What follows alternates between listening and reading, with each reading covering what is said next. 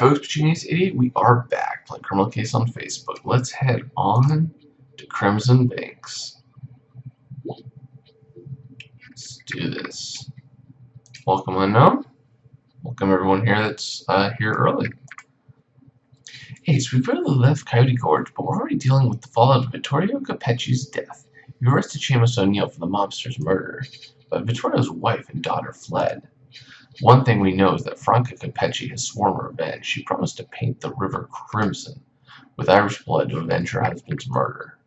If her ominous words refer to Crimson Banks, the commercial heart of Concordia, this would bring us fresh trouble and paperwork galore. Crimson Banks is home to many Irish and Italian businesses, which have historically flourished side by side on the two banks of the river. Hey Chief, we've just had word that an Irishman was found dead in a slaughterhouse on the Italian side of the river. Well, then there's no time to dawdle, Ace. If this has anything to do with the Italian vendetta, we must nip it in the bud. Go to that slaughterhouse and investigate at once. Dude, this takes me back to, I think, like, case number 2 of Grimsboro. I don't know. I forget what that case was called. Maybe it was case 3, but it was on one of the first cases of Grimsboro. Number 3. Nice, I think so. Yep, very, very similar. This slaughterhouse. Oh. Oh, that's unfortunate.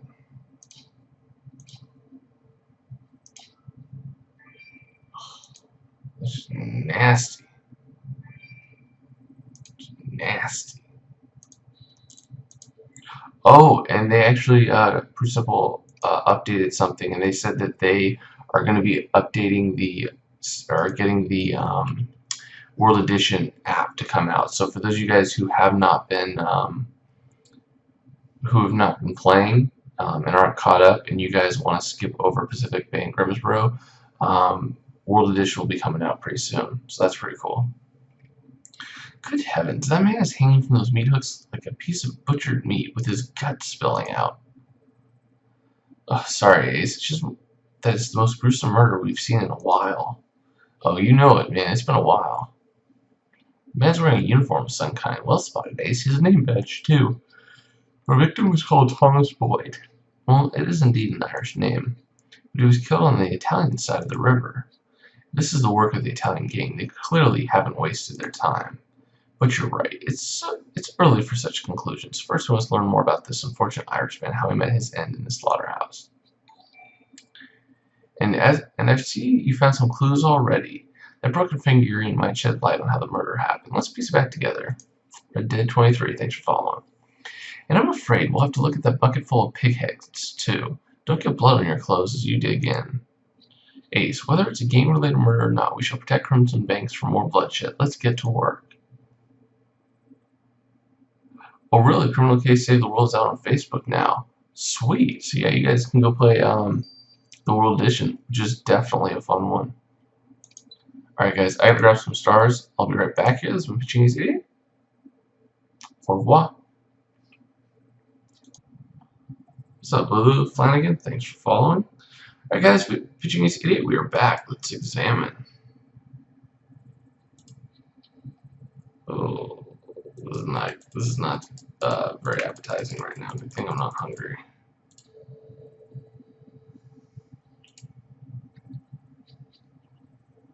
Hey, so I wonder how that bracelet ended up in the bucket full of discarded meat.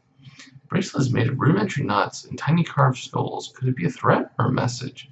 We're dealing with a gang vendetta. Anything's possible. You're right. Rose is the expert on such matters. Let's dispatch this bracelet to her.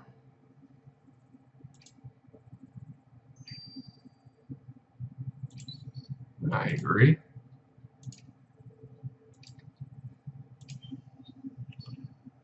Alright, what have we here? Oh. Whoa. It's a big little piggy. Sweet mother of pearl, Ace. What is that thing? A little piggy with a cheerful smile wielding a whacking great cleaver? Just who in heavens would have such a thing around, and why? Oh, you put Prince Porky back together again. How sweet of you. Prince Porky, you mean this? Thanks for following Unknown Games. He's my lucky charm, and I'm Butcher Betty. I work here in the slaughterhouse. I can interest you in some belly or shoulder? Well, hey, we're from the flying squad, Miss Betty, and can you help us by answering some questions about the human blood that's been shed here today? It is Porky Pig. That's all, folks. That's pretty funny. Yep. Hey, Betty, you said you worked here in the slaughterhouse. How in heavens did you not notice a dead man hanging from the hooks? What dead man? We don't sell those here. Love, only beef and pork. But I suppose dead meat is dead meat, whatever creature it was before. Oh, it's not. Mind you, I've been in the back all day and I've just come in. If murders have been happening here, it wasn't on my watch. Is that so? Well, the dead man's name was Thomas Boyd. Did you know him? Oh, Tommy Boyd, you say? He's the fellow who drove a red taxicab ferrying people across the bridge. You know, between the Irish and the Italian side. Ah, taxicab driver, that explains the uniform. Although I don't recall a red car parked outside. I wouldn't know about that, General Ace. Never spoke to the fellow. I got no time to ride automobiles, nor any reason to go to the Irish side. Now, if you excuse me, I gotta go sharpen my knives. Yeah, is it just me or is Betty the Butcher a little too fond of sharp knives? But you're right, she did tell us something useful about the victim. He carried passengers across the river, so he must have crossed the Crimson Bridge every day. Let's look for clues there.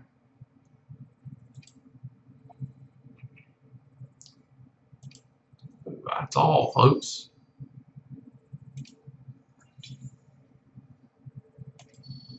Yeah. I mean, it must have been the only job that he had available to him, but being a taxi driver to deal both sides, not the best idea in the world. Obviously, that's clue. Helmet, pocket watch. We got a mask. Yeah, it's actually case 3. The Grim Butcher. Very similar to this. It's cool. I love it when we harken back to old cases.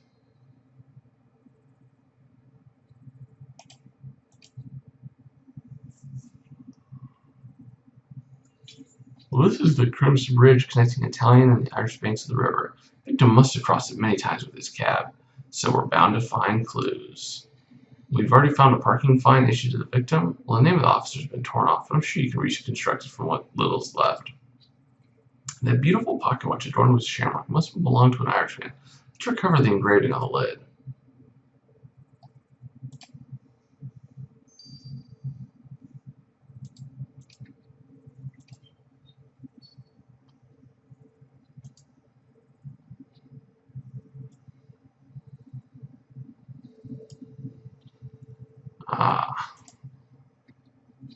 Well, the engraving on the pocket watch says, from Scott Buckley to Thomas Boyd to remember the old country. So this was a gift to our victim. A splendid find, Ace. Scott Buckley and our victim must have been close. Let's find this Mr. Buckley, and we'll have a valuable character witnessed. He looks like a guy on the uppity up. He had a little thing on his shoulder, though, which the butcher lady didn't have. So maybe that's a clue?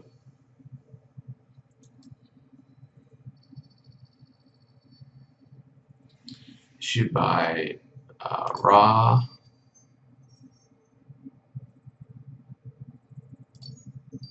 Ramirez. Oh, shoot. Uh-oh. Uh-oh. Uh-oh. Hey, it says here that the parking fine was issued to the victim by Constable Ramirez.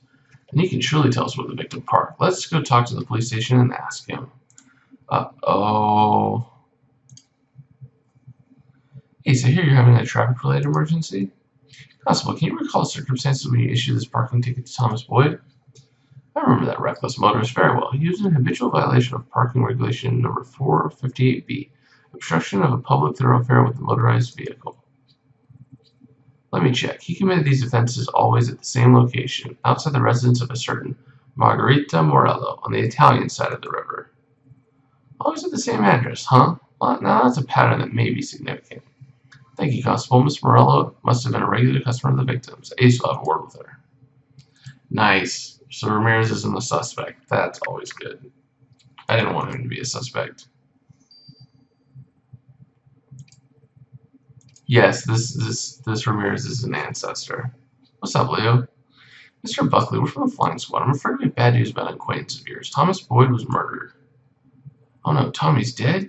No, he can't be, but he was but a young lad with all of his life ahead of him. You see, General Ace, Tommy was the first person I met here in Concordia after I came over from Ireland with my family. At my age, it's not easy to leave everything behind. Tommy restored my faith in Providence. He showed me much kindness, and I gave him my last valuable possession in gratitude. We're so sorry that you lost a good friend, Mr. Buckley. Can you think of anyone who might have wanted to hurt Tommy? He was such a fine man. It's unthinkable that he had enemies. Life in Concordia must be harsher than I thought. I hear you can't even drink whiskey around here, General Ace. Not that I can afford to drown my sorrows, mind you.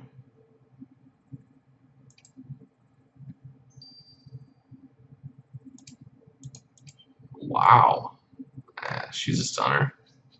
She also looks like the missus, so. Miss Morello, we're from the flying squad, inquiring about a certain Thomas Boyd. We know he drove to your house a lot. Indeed, Mr. Boyd drives me to many appointments. A very reliable gentleman. I don't know what I'd do without his services.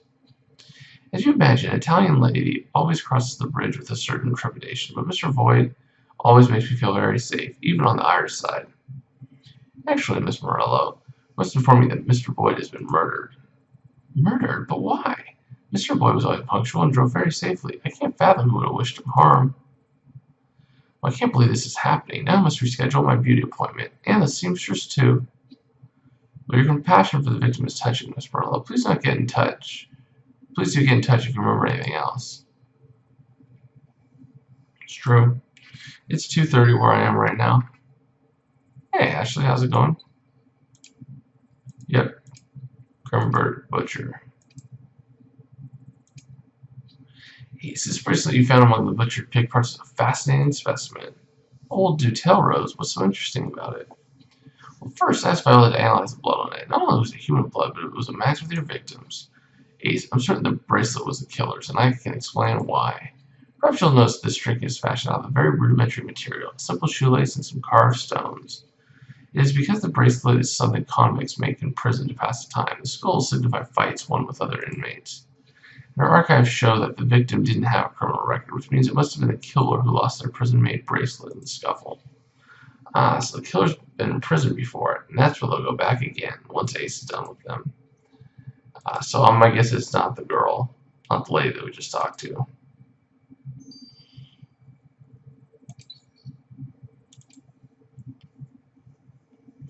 Ace, do you read Pistols and Petticoats? Their murder mysteries are amusing, though woefully inaccurate, scientifically speaking. Well, I prefer publications about automobile maintenance, Dick. Anyways, tell us about the Irishman Ace found hanging in the slaughterhouse.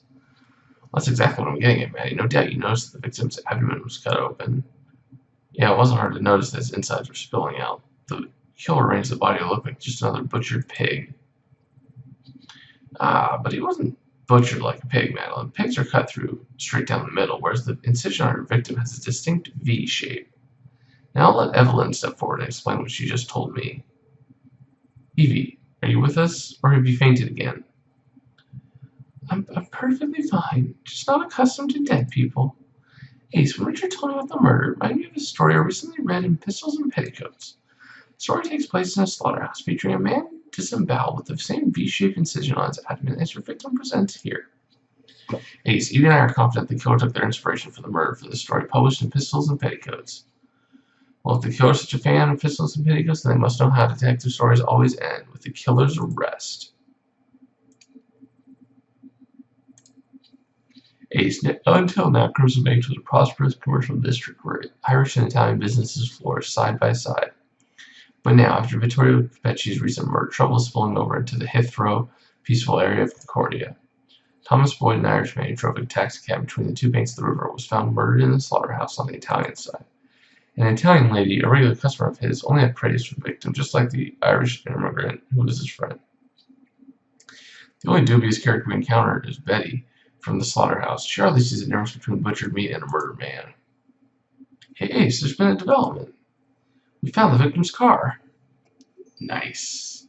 That's helpful. Anyways, guys, I'll see you guys in Chapter 2. This is Pitching 8. Over and out.